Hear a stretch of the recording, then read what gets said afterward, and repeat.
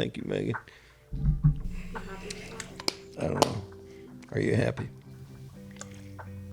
As long as you're happy, I'm happy. Oh boy. Season 2, episode 9. If you're just joining me for the first time, my name is Brad Hogan. I'm a business guy here in Central Florida, and I'm talking about what it takes to make it in business and how we're going to risk it all just to get where we're going, and how we kind of pivot through life and pivot through your business. Today, I just want to talk about what makes a good investment or what makes a good business. I get asked the question all the time. I've got an entrepreneurial mind. What can I do? What should I be looking at? What kind of business can I start? I'm just going to run down. I'm going to give you a list of 20 businesses that you can start for $1,000 or less. And then we're going to talk through some of these. If you're not sure which direction to go in, and understand, when I give you 20 businesses, there's probably a million things that could sprout off of these 20 businesses, or a hybrid of something I mentioned. And just kind of talk through, and we won't go too much in depth, but I'll give you the basics of what you need to be thinking about in each one of these. So the first one is a photographer. Well, what's that about? I'm not doing that business. I don't have a real passion to be a photographer. I guess I could go learn, but is it just about the money, or is it something I really want to do? Pick something that you have an interest in. The more you can niche, the more money you can make. That's a big mistake a lot of entrepreneurs make. I'm gonna reach everybody. I'm gonna go online. I'm gonna reach everybody. I'm gonna talk about everything. And nobody's tuning in to you because you have not niched down. You're not talking about anything specific. If you were to just talk about or do photography in your business, that's what you are. People that are interested in that would follow you if you're online. But if you're going to make it a business, and I got a wedding, or I've got a graduation, or I've got something that I seriously need a photographer for, and I'm not the guy that's going to hire my buddy that kind of takes okay photos. I want a real photographer. Well, I'm hiring you. I'm looking for somebody that's professional and knows what they're doing. So whatever it is here I mentioned, whatever you select, get into it, be a professional, know all about it, and be the person. The second thing here on the list, I looked these up. So senior home healthcare aid. What is that? It kind of, when I throw aid in there, is it a job or is it a business? So I think a lot of these, as we talk through them, and I'll come back to this in a little bit, is it a job or is it a business? And I think for most of us, we start out in business, but it's really our job. We could grow it into a company. What's that look like? I mean, being a photographer is much different than owning a photography company. What's the difference? Am I hiring people? Am I hiring salespeople? Am I the sales guy going out and signing up the schools so I can take all the individual pictures of Johnny and Susie in the first grade, et cetera, all the classes? Am I the guy doing that? Or am I the guy putting an ad up on Craigslist that I'll video or take photographs of your wedding on the weekend? And nothing wrong with either one. They're just two different business models. If I'm going to do the schools, I can't do that by myself. I need some help. I need to hire some people as a business owner.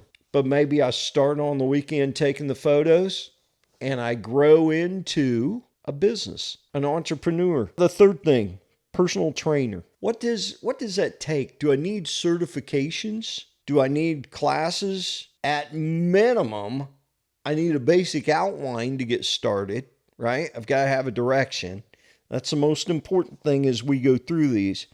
An author or writer. You could do that. People need help with that. every day. You could write for other people or you could write for yourself. And maybe writing for other people is a good way to get the income started. People that don't have time, people that are busy. What about if you went online and found some people that are stepping a little bit out of their comfort zone trying to do something else? What if you contacted them and could start writing for them, start with immediate income? Just some ideas. Virtual assistant. Since COVID, this is more and more popular. More and more people are working from home. You could be a virtual assistant. Could you work for more than one person? Once you know what you're doing, could you employ some other people to be virtual assistants that are working under you? Could you oversee the virtual assistants? Could you see yourself opening a center where you've got the computer and the reliable internet connection and the telephone lines, offer that service to executives? Maybe it's people that, and we've got more than ever, people starting up businesses at home. Maybe you need an assistant 20 hours and not 40. Just think of these different ways that you could do this business. Auto detailer. I love this one. I see everybody from the seasoned guy that's got just client after client after client, they're all booked up, to the young entrepreneur, the kid in high school. I know a kid in high school right now, bought his own Tesla, paid cash. He's an auto detail guy. That's what he does. He goes after the business guys, the high-end guys. I've used him. He's fantastic. But my detail guy, he got with my country club, set up there. He's in the parking lot.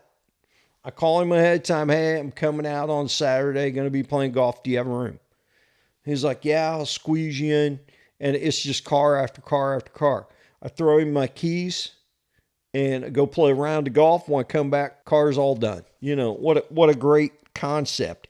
I guess one of the main focuses is, as we talk about 20 different businesses, it's the way you do it. It's what you're doing with it. It's your entrepreneurial spirit and mind. And, what's it take to be an auto detailer? You could probably watch some YouTube videos to get all the little quirks, because when I hand you my $100,000 automobile, I expect the armrest to be extremely clean. I mean, is that soap and water and a toothbrush? I don't know, but you'll figure it out if this is what you're doing. Consultant. Are you a little older? Are you a little more seasoned? Is there something you've done successfully? Could you guide? Could you coach? Could you teach? I look at people that are a life coach that are 20 years old. And I'm thinking, well, what am I possibly going to learn? Come on, you're 20. I'm not sure that person's my life coach. And I'm going to say this too in their defense. I've got a young lady that does my social media. She's a rock star in that world. And she knows far more about this than I do. She knows what she's doing. She's a professional, and this is what she does. There's a time and a place and age. I want to say it's not everything. Sometimes it counts. I need the younger person to do certain things, and I need the older, experienced person to give me other things. It's just a different deal. How about wedding planner? Man, that's a big job. Sounds easy. Let's plan a wedding. That's a big job. A lot of coordination, a lot of detail. Just a little advice. Having a son that's married, another daughter getting ready to get married. Even if you're doing a lot of your wedding stuff, hire a planner to handle the details. Wedding planner, they're needed, and they're going to be forever. A personal chef. Man, I don't have a full-time personal chef at my house, but frequently when I go on vacation, even if I'm with a bunch of guys or whether it's family that I've invited, when we Airbnb, we're bringing in somebody local to cook for us. I mean, that's great stuff. Personal chef, it's all good stuff. House cleaner, love this one. This is one that so many people can do. If you're not sure what to do, fantastic money. I've got a gal that comes in, cleans my house once a week. She does stuff that I'm just not going to do. I don't want a dirty shower, and I'm not scrubbing that thing down every day. She comes in once a week, does all the cleaning in the house, just keeps everything tidied and looks like when I moved in the house brand new. Good stuff. And what kind of money? I suppose she probably makes 60, 70 bucks an hour. And granted, she's got to drive to the next place. Supplies are minimal, but it's just the going rate in my area. And that may be super cheap in your area. Tutor. This is something that's specialized. And this is something, too, that age is really no barrier. I mean, you could be old enough to be a teacher, or you could be young enough to be a student. Tutoring in what? Now, when my son was young, he didn't charge for it, but everyone called him. When I say young, I'm talking about young, like elementary school. Everybody called him to get to the next level in the game. Is that tutoring? Mentoring? I don't know. But we have gamers online. I have 2 clients today. Multimillionaires that are gamers online. They're basically tutoring. What's that look like? I mean, there's a million ways to tutor. YouTube or TikToker. Well, we kind of touched on that, right? What's that look like if you're on YouTube, if you're shooting videos, what's your target audience? Is it about lifestyle, or do you have a niche? What's that look like? How do you monetize that? I don't know. Get a professional. Plug into someone that is doing what you want to do. So even if you are a mentor, who's mentoring you? It's very vital, very important. If you understand something, let's say it's photography, or it's a personal trainer, or it's social media manager, or it's a YouTube or TikToker. If you understand those things, maybe you need a business coach or mentor. Let's continue to develop. Let's continue to read. What's next? How can I get to the next level? And it's not always about getting bigger. Maybe we just want to get better. But let's not stay where we're at. Let's have a passion and desire to do something better for ourselves and for our clients, whoever they might be. How about online workshop host? Now, that's really niche down there. I mean, rather than talking about something, online workshop host. So a workshop, that's kind of broad. A workshop could be anything from physical woodworking. Let's do a workshop on women's health. I mean, it could be a whole host of things. I like it. Again, specific, niched. Blogger. Man, a lot of these I found relate to online. Blogger, or how about video blogging, right? Vlogger. Video's big. So what are we doing here? What are we talking about? Author or writing, blogger, do those two go together? I don't know. But again, if you've got a passion or a niche or something you can do, you can start small with these too. I have a buddy. He's in my industry. He's in the construction industry. He travels a lot for his job. He works for a vendor. And because he travels around, he's frequently in hotels and eats out in the evening, goes to dinner. He just started a quick little thing online. Hey, here's the restaurant I'm at. Here's the food. He just kind of gave an overview or a grade, if you will, about the restaurant and the food, etc. Just started small. It's just a small fun thing for him. Does it turn into something later? I don't know. I don't even know if he knows. But you can start small as a point. Start where you're at with whatever you are doing. How about a dog walker or a sitter? I see him all over my neighborhood. I see the dog walkers. My buddy, I was telling him, I said, nobody lives in my neighborhood. He said, what do you mean? I said, well, neighborhood's 65% European. People come here in the summertime, and we've got a lot of traveling people that live here. PGA professionals live in the neighborhood, etc. We're driving through. My buddy goes, oh, there's somebody that's home. I looked at him and laughed. I go, that's a dog walker. They don't live here. But needed everywhere. E-commerce reseller. What does that mean? E-commerce reseller. We're going to find a product and then we're going to resell it. Whether it's a known product or we're going to come up with our own name brand. Now, a couple ways to do this. One is we can buy the product, have inventory. Let's stop right there. Well, we're going to buy the product and have inventory. Are we now going to house this? Am I going to put this in my garage? Am I going to put it in my house? Am I going to put it in a warehouse? Or am I going to have a third party do the fulfillment? Well, let's cut out that whole line of thinking and let's do a drop ship. What's that look like? Well, maybe the other way is more profitable. If we're physically going to mail it, you've got to be home, right? You got to think about these things. You've got to be home or you got to hire somebody to do that.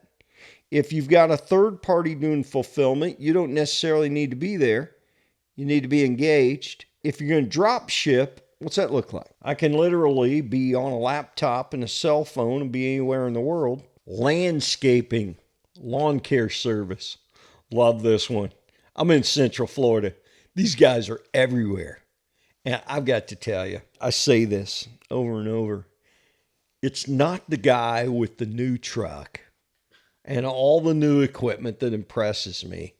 It's the guy with the older pickup truck and he's got a push mower in the back, because that guy is fighting for himself and his family. I mean, he's just doing whatever he can do wherever he's at. Just get started. It doesn't matter. And man, some of these landscape guys, they have huge businesses. I mean, they just mow everybody's yard. There's very few people I know that mow their own yard. And I've got a saying, it's not a knock on anyone. It's a little bit facetious, but if you make $100,000 a year, you don't mow your own yard. What that statement really means to me when I make it is, I can go do something else and make a lot more money than what I pay someone to mow my yard. And that's not a knock on those guys. Thank God for those guys. Some of them make a fantastic living.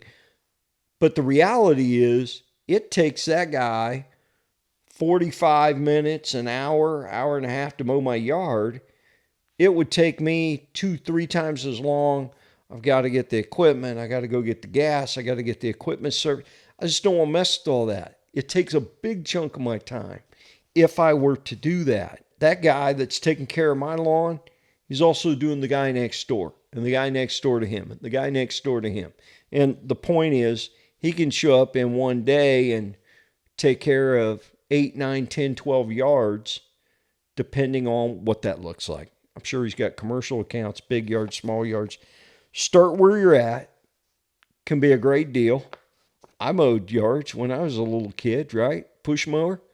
Threw it in the back of the car, back of the truck. How about painter? I think about painting. I think about little kids painting. There's something to learning how to paint. It's a big deal. But once you learn and you're a professional, and anybody can learn it, right? Go on YouTube, learn all the tricks. It's same as doing the art. It would take me forever to paint my house. I could do it. I want to be meticulous. I want to be careful. I don't know all the ins and outs. I want it to look good when I'm done. I'd have to research what kind of paint to buy. I'd rather just hire a painter. The 20th one is website or app developer. I don't know what you do in app development. I've done my own website before. No, I'm not the website guy, and I'm not doing my website today, but I wanted to understand it. I wanted to understand the coding. I wanted to understand what it looks like today when we've got open source software to do it, etc. You could learn that. You can learn that, be real efficient. I have a buddy that does, it's huge. It's big, big, big business. He does hundreds of websites every week. And obviously he has got hundreds of people that work for him. He took a concept like building a little website, turn it into a huge business. These are some things you can do. I just want to talk for a minute about some of the most profitable small business ideas. I just talked about ideas that you could start for under $1,000. These are still small business, but extremely profitable. And number one on there, I just talked about website development, app development. I probably spend $3,000 a month for website development, SEO, keywords, and some of those things. And what's that look like? Obviously, I own some different businesses. How many clients like that do you need? My friend I'm talking about, he doesn't have 10 or 20 or 30 or 100 clients. He's got hundreds. That's how you make it into literally a corporation. And it's truly one of those businesses where you can start yourself, and as you've got more work than you can handle, then you hire someone. You start to outsource it. You can outsource it a piece at a time, meaning I don't have to hire a full-time employee. I find someone and say, hey, can you build me a website? Here's what I'll pay you. And I'm simple math. I'm charging $100 and I'm paying someone else $25 or $50. And that's my margin, right? I use those as examples. Financial consulting. Man, this business, so many of us that are towards retirement, gearing towards retirement, no matter what our age. But that's our mindset. I need something over here, whether it's a bulk of your savings or not, whether it's in a retirement account or you've got some other instrument. When we've got a planner, consultant, etc., typical in the marketplace, they're going to get 1%. If I've got $1 million over here, what are they going to get? They're going to get 10 grand a year. Information security. Wow, this is a big one. More and more and more, we get hacked, whether it's our phone, whether it's our laptop, whether we're trying to secure our entire office network. We're going to need it going into the future. Digital marketing. Digital marketing kind of encompasses the whole internet, just whatever you can figure out. There's a million routes there. Graphic design. Graphic design. Man, I went online and I was looking for a graphic designer. I found some software online.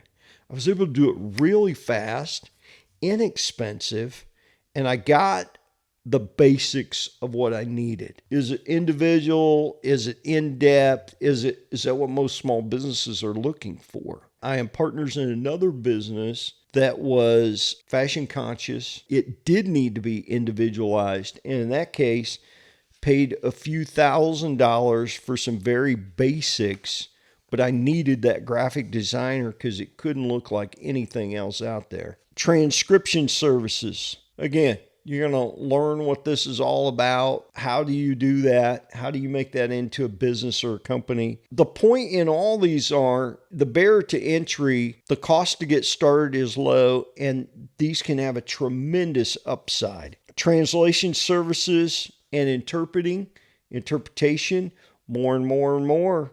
It's global economy. I know I'm traveling to places where I don't speak the language, even if I do speak some other languages, English, Spanish, French. There's a whole bunch I don't speak. You could be a translator or interpreter for people coming to your market. Personal coaching or mentoring. If you're in a niche and you really know what you're doing and you're highly successful, maybe you've made a lot of money. Maybe you've sold a company for millions of dollars and other people want to know how to do that. You could be an excellent mentor or coach for other people. Beauty salon, man, beauty salon. So good friend of the family. He has his 18 medical doctors in his family. He's the one guy in the family that did not become a doctor, but owned salons and he owned cosmetology schools. He took his passion for cutting hair, being a stylist, etc., and blew it up into a big business. Everyone knew him as a business guy. It wasn't like they knew him as so much a salon owner or a guy that did hair. He did hair every day, but he owned all these other businesses, turned into a multi-million-dollar corporation. His saying was, the hair business, if you could starve for 2 years, you can make a lot of money. I think that's so true in so many different areas, if we'll just pay our dues and learn what we're doing, we can make a lot of money doing this. Real estate. Real estate, I'm going to throw another one in there. I think of the insurance guy. Those on the back end work differently. As an insurance agent or a realtor, you're interacting with the public. You're interacting with the people, and everyone knows what those two things are. Real estate, I see those margins getting tighter. The models are changing. As we've got Keller Williams on the scene, now we've got eXp Realty, and those business models look a little different. But it's a great opportunity. It's focused on who your clientele is and time in the business, getting your name out there. But there's a tremendous upside that's available. The insurance game, what I love about it is the residual on the back end. As an agent, maybe if you're selling a life policy, you've got a 50% commission, and that commission kind of tails off with the years. But ultimately, you've got a 2-3% commission. It just keeps paying you, and you're just stacking. Finally, driving school. I was researching this. It's an extremely profitable business. And what makes it profitable is it's not the people necessarily learning to drive. It's the people that have to go to driving school because they're court ordered. They're kind of in a box. That was my research. Kind of funny, but it's true. And they've got to pay whatever they've got to pay to maintain their license, as dictated by the court. Is this a hobby? Is it a job? Is it really a business? I think the difference between those three, whether it's a hobby, a job, or a business, is up to you. I think many times it may start as a job. You know, it's been several years ago now, but I was looking at a Blimpies franchise, and I sat down to look at that. Blimpies is kind of like a Subway, kind of like a Firehouse sub. I sat down and looked at that, and the barrier to entry wasn't much. I think at the time it was like $70,000 to buy a franchise. But when I looked at it and I put it on paper in front of me, and I'm thinking about this, I thought, well, this is really just a job. I'm going to own a business, but I've got to work in that business. With one, I could not afford to hire a manager. I would pay all my profits to the manager. Didn't make sense. So how many do I need to own to have a manager and not be present? Well, I need 3.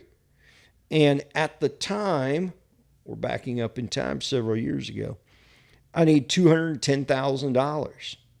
And then I've got the responsibility. And at that time, I made the decision I could take my $210,000 and invest it somewhere else and make more money. So there's some things you need to evaluate within the business. You know, what's required of you, not just financial capital, but what's required of your time.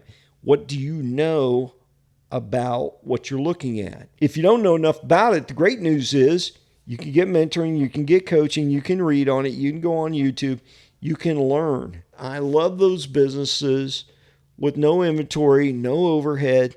You can start it from your house, run it out of your garage. Those are the businesses that are easiest to get started and grow. You guys, it's been a lot of information. Love you. Figure out what you're good at and go for it. If you got questions, hit me up down below.